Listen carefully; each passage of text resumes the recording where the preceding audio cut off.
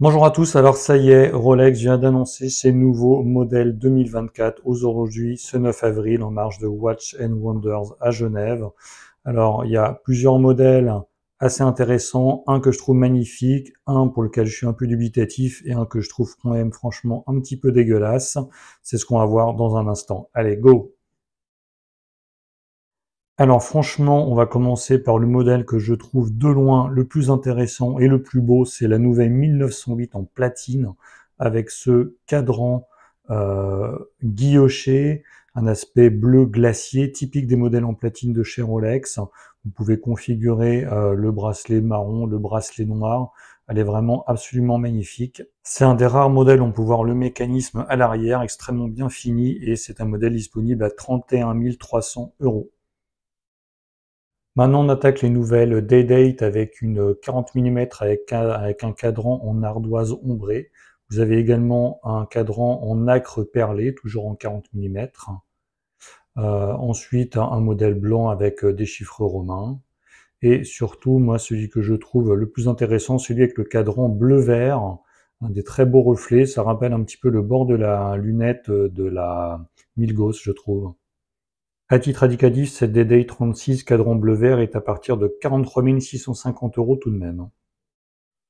Maintenant, clairement, une que personne n'avait vu venir, c'est la Dipsy. La Dipsy en or jaune, full or jaune, avec un fond de boîtier en titane, avec une valve à hélium en titane RLX, une lunette en céramique bleue, voilà, un bracelet également poli par endroits. Vraiment, je vois pas ça mettre ça dans l'océan jusqu'à 3900 mètres de profondeur, mais bon, pourquoi pas. C'est une montre affichée 53 700 € en hommage à la Deep Sea de James Cameron, pas la Deep Sea Challenge, mais la Deep Sea de James Cameron. On a cette année une nouvelle, entre guillemets, GMT Master 2, une avec une configuration avec une céramique noire et grise. On retrouve une jolie touche de vert sur l'aiguille des 24 heures et également sur l'inscription GMT Master 2. Elle est à 11 000 € pour ceux qui arriveront à la voir. Le soulagement, c'est que la Pepsi n'est pas discontinuée, contrairement aux rumeurs qui enflaient depuis quelques mois. Et ça, c'est une bonne nouvelle. À noter quand même que c'est une montre assez technique, avec notamment du dépôt de platine sur les chiffres de la lunette. On enchaîne maintenant avec celles qui, à mon avis, ne vont pas faire l'unanimité, à savoir les nouvelles configurations de Rolex Daytona, proposant des cadrans en nacre naturel. Vous en avez une avec un cadran clair et des compteurs noirs, et l'autre qui propose l'inverse. Tout ça est serti de diamants, c'est quand même particulièrement bling bling, et je trouve pas trop dans l'esprit de la course automobile. Après, il y en a pour les goûts et les couleurs un petit peu partout dans le monde. Bof, moi personnellement, j'aime pas du tout. Et enfin, on termine par les deux nouveaux modèles de Skydweller, respectivement en or jaune ou en or rose. La particularité, c'est que maintenant, vous avez un bracelet jubilé de disponible sur ces montres-là.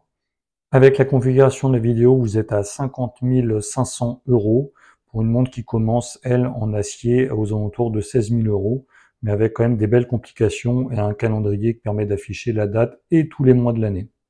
Voilà, c'en est terminé pour les nouveautés Rolex 2024. Personnellement, je suis quand même particulièrement déçu. Je vous invite plutôt à aller voir du côté de chez Tudor la nouvelle GMT Black Bay 58 qui, à mon avis, est bien plus intéressante. En tout cas, n'hésitez pas à liker, à commenter et à dire ce que vous en pensez. Et surtout, à vous abonner à la chaîne. Allez, bye bye.